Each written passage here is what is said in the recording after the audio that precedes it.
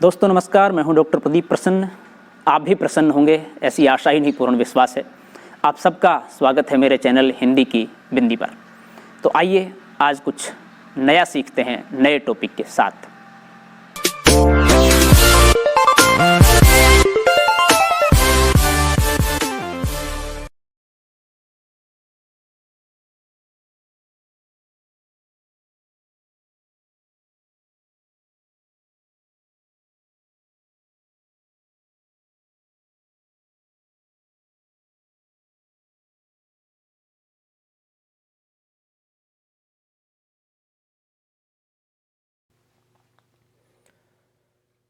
विद्यार्थियों, आज की वीडियो हम बना रहे हैं कक्षा 10 की हिंदी पाठ्यपुस्तक क्षितिज भाग 2 के पाठ 15 स्त्री शिक्षा के विरोधी कुतर्कों का खंडन। इस लेख को महावीर प्रसाद द्विवेदी जी ने लिखा है और इस वीडियो में हम पाठ्यपुस्तक के प्रश्न उत्तरों को लेकर के बातचीत करेंगे। अर्थात पाठ आधारित प्रश्नों के उत्तर हम यहाँ पर बताएंगे और इस पाठ का वाचन हम कर चुके हैं। इसका अर्थ, भाव और व्याख्या को लेकर के एक वीडियो हम पूर्व में बना चुके हैं। आप हमारे चैनल पर विजिट करके और प्लेलिस्ट में जा कर के कक्षा 10 की प्लेलिस्ट में वो सभी वीडियो देख सकते हैं जो पूर्व में बना दी गई। तो आइए शुरू करते हैं आज की वीडियो। आप देख रहे हैं हिंदी की बिंदी चैनल। पहला प्रश्न है, कुछ पुरातन पंथी लोग स्त्रियों की शिक्षा के विरोधी थे। द्विवेदी जी ने क्या क्या तर्क देकर स्त्री शिक्षा का समर्थन किया? उत्तर है, द्विवेदी जी ने पुरातन पंथियों को निम्नलिखित तर्क देकर स्त्री शिक्षा का समर्थन किया है।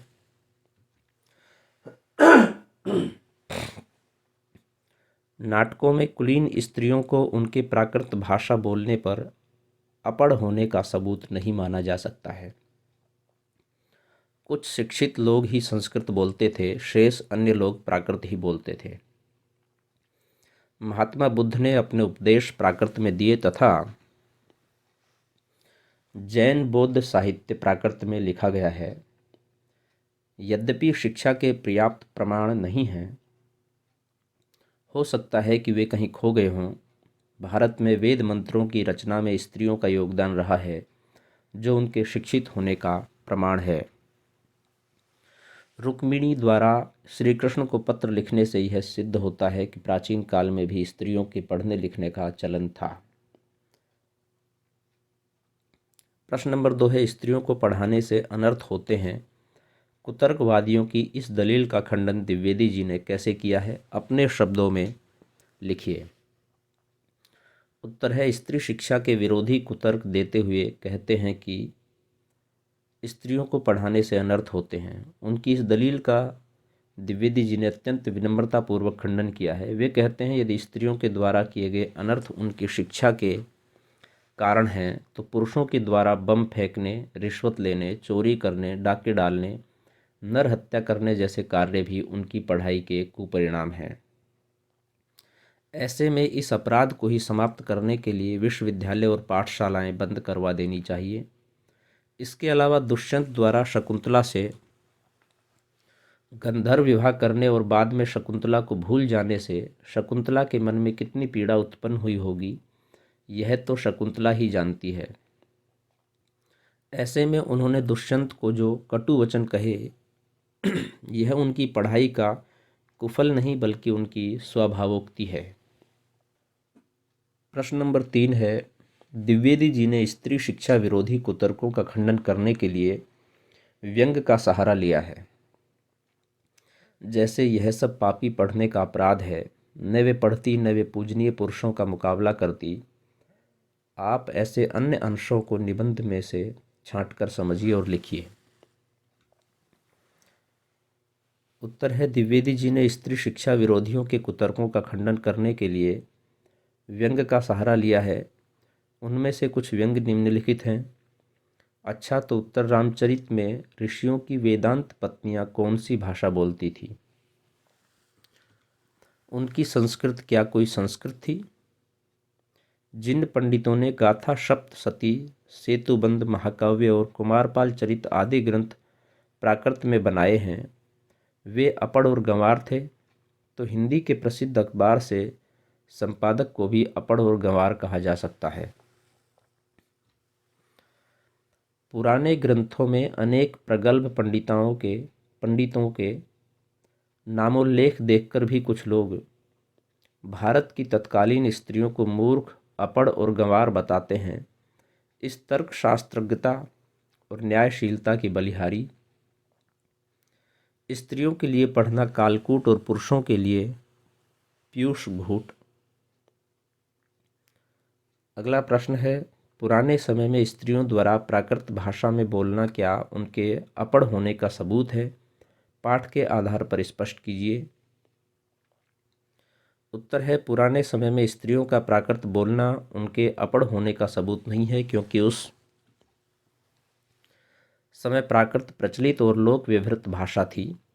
भवभूति और कालिदास के नाटक जिस समय लिखे गए उस समय शिक्षित समुदाय ही संस्कृत बोलता था, शेष लोग प्राकृत बोलते थे। शाक्य मुनि, भगवान बुद्ध और उनके चेलों द्वारा प्राकृत में उपदेश देना, बौद्ध एवं जैन धर्म के हजारों ग्रंथ का प्राकृत में लिखा जाना इस बात का प्रमाण है कि प्राकृत उस समय की लोक प्रचलित भाषा थी। ऐसे में स्त्रियों द्वारा प्राकृत बोलना उनके अपढ़ होने का सबूत कैसे हो सकता है? प्रश्न नंबर 5 है, परंपरा के उन्हीं पक्षों को स्वीकार किया जाना चाहिए जो स्त्री पुरुष समानता को बढ़ाते हों। तर्क सहित उत्तर दीजिए। उत्तर है, हर परंपरा अपने काल, देश और परिस्थिति के अनुसार प्रासंगिक रहती है, परंतु बदलते समय के साथ उनमें से कुछ अपनी उपयोगिता एवं प्रासंगिकता खो बैठती हैं। इन्हीं में से एक थी पुरुष और स्त्रियों की शिक्षा में भेदभाव करने की परंपरा। इसके कारण स्त्री पुरुष की स्थिति में असमानता उत्पन्न होने के अलावा बढ़ती जा रही थी। अतः इसे त्याग कर ऐसी परंपरा अपनाने की आवश्यकता थी जो दोनों में समानता पैदा करे।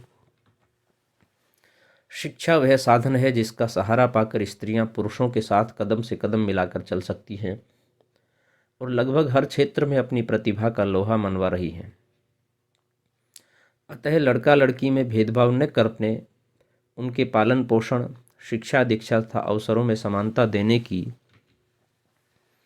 स्वस्थ परंपरा अपनानी चाहिए तथा स्त्री पुरुष में समानता बढ़े। प्रश्न नंबर 6 है, तब की शिक्षा प्रणाली और अब की शिक्षा प्रणाली में क्या अंतर है, स्पष्ट करें। उत्तर है, तब अर्थात प्राचीन भारत और वर्तमान शिक्षा प्रणाली में पर्याप्त अंतर है। उस समय शिक्षा गुरुकुलों में दी जाती थी, जहां शिक्षा रटने की प्रणाली प्रचलित थी। इसके साथ उनमें उच्च मानवीय मूल्यों का विकास करने पर जोर दिया जाता था ताकि वे बेहतर इंसान और समाजोपयोगी नागरिक बन सकें। वर्तमान शिक्षा प्रणाली में रटने के बजाय समझने पर जोर दिया जाता है।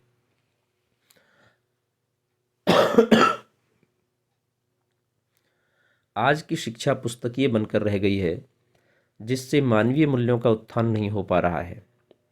शिक्षा की प्रणाली रोजगार परक न होने के कारण यह आज बेरोजगारों की फौज खड़ी कर रही है। रचना और अभिव्यक्ति। प्रश्न नंबर 7 है, महावीर प्रसाद द्विवेदी का निबंध उनकी दूरगामी और खुली सोच का परिचायक है, कैसे? उत्तर है, महावीर प्रसाद द्विवेदी जी का निबंध स्त्री शिक्षा का विरोध करने वाले तथा कुतर्क प्रस्तुत करने वाले पर व्यंग तथा उनकी सोच में बदलाव लाने का प्रयास करता है। द्विवेदी जी ने देखा कि समाज में स्त्री की दीनहीन दशा का कारण शिक्षा की कमी है। यह कमी समाज का तथाकथित सुधार करने का ठेका लेने वालों की देन है। ये तथाकथित समाज सुधारक तथा उच्च शिक्षित लोग स्त्रियों को पढ़ने से रोकने की कुचाल रचे बैठे थे और स्त्री शिक्षा में अड़ंगे लगाते थे। ऐसे लोगों के हर कुतर्क का जवाब देते हुए द्विवेदी जी ने पौराणिक और रामायण से जुड़े उदाहरण भी नहीं पेश किए, वरन स्त्री शिक्षा की अनिवार्यता और आवश्यकता पर जोर दिया। इससे स्पष्ट होता है कि यह निबंध उनकी दूरगामी और खुली सोच का परिचायक है। प्रश्न नंबर 8 है, द्विवेदी जी की भाषा शैली पर एक अनुच्छेद लिखिए। उत्तर है, द्विवेदी जी की गणना एक और जहां उच्च कोटि के निबंधकारों में की जाती है, वहीं उन्हें भाषा सुधारक भी माना जाता है। उन्होंने अपने अथक प्रयास से हिंदी को परिष्कृत करते हुए सुंदर रूप प्रदान किया। उनकी भाषागत विशेषता में प्रमुख है संस्कृतनिष्ठ शब्दावली का प्रयोग। उनकी रचना में आम बोलचाल के शब्दों के अलावा उर्दू के भी शब्द हैं। उनके लंबे वाक्य भाषा में कहीं भी बोझिलता नहीं आने देते हैं। उनकी भाषा भावों की अभिव्यक्ति में पूरी तरह सफल हुई है। मुहावरों के प्रयोग से भाषा सजीव हो उठी है। उनकी व्यंग्यात्मक शैली इतनी प्रभावशाली है कि पाठकों के अंतर्मन को छू जाती है। भाषा अध्ययन निम्नलिखित अनेकार्थी शब्दों को ऐसे वाक्यों में प्रयुक्त कीजिए जिनमें उनके एकाधिक अर्थ स्पष्ट हों। जैसे कि चाल, दल, पत्र, हरा, पर, फल, कुल। उत्तर चाल का, यदि दुनिया की चाल बदलना चाहते हो तो पहले लोगों की चालों से बचो। अब यह चाल शब्द का 2 बार प्रयोग हुआ है, लेकिन दोनों बार उसका अलग अर्थ है। ऐसे ही दल, इस बार के विधानसभा चुनाव में रमेश अग्रवाल के दल ने सभी राजनीतिक दलों के इरादों को दल दिया। अब यहाँ पर दल 3 बार प्रयुक्त हुआ है, तीनों बार उसके अर्थ अलग हैं। दल यानी कि एक संगठन, राजनीतिक दलों के यानी कि दूसरे संगठनों के, और दल यानी कि कुचलना, दबाना उनको। पत्र, आज के समाचार पत्र में गांधी जी द्वारा नेहरू को लिखा पत्र छपा है। अब एक होता है समाचार पत्र, एक होता है कोई व्यक्तिगत रूप से पत्र लिखा जाए वो। हरा, हर मैदान हरा नहीं है जहाँ की आप हमें हरा सकें। हरा यानी कि रंग से तात्पर्य, हरा यानी कि पराजित। पर, उस डाल पर बैठे पक्षी के पर बहुत सुंदर हैं। अब एक पर है मतलब पंख, दूसरा पर यानी कि उसके ऊपर। फल, अधिक फल खाने का फल भी अच्छा नहीं होता। एक फल का मतलब परिणाम और एक फल का मतलब होता है जिसे हम फ्रूट्स कहते हैं इंग्लिश में, वो। कुल, हमारी कक्षा के कुल छात्र 12 हैं और उनके कुल अंक भी 12 ही रहे। यहाँ पर कुल का मतलब जोड़ है, संयोग है, योग है। तो विद्यार्थियों, ये थी आज की वीडियो आपने पूरी देखी, उसके लिए आपका बहुत बहुत धन्यवाद। आशा करते हैं वीडियो आपके लिए लाभान्वित होगी। इस पाठ से संबंधित प्रश्नों के सभी उत्तरों को हमने यहाँ पर स्पष्ट करने का प्रयास किया है। यदि वीडियो आपको अच्छी लगी तो इसे लाइक करें, शेयर करें, कमेंट्स करें और हिंदी की बिंदी चैनल को सब्सक्राइब करना न भूलें। साथ ही साथ बेल आइकॉन को भी दबाएं, नोटिफिकेशन को दबाएं ताकि सभी प्रकार की वीडियो की सूचना आप तक पहुँच जाए। यदि इस वीडियो को लेकर के या किसी अन्य टॉपिक को लेकर के आपके मन में कोई सवाल, कोई जिज्ञासा, कोई प्रश्न हो तो कमेंट्स के माध्यम से हमें बताइए, हम उसका समाधान करने का प्रयास करेंगे। आज के लिए इतना ही। नेक्स्ट वीडियो में नेक्स्ट टॉपिक के साथ फिर मिलते हैं, तब तक के लिए शुक्रिया, नमस्कार।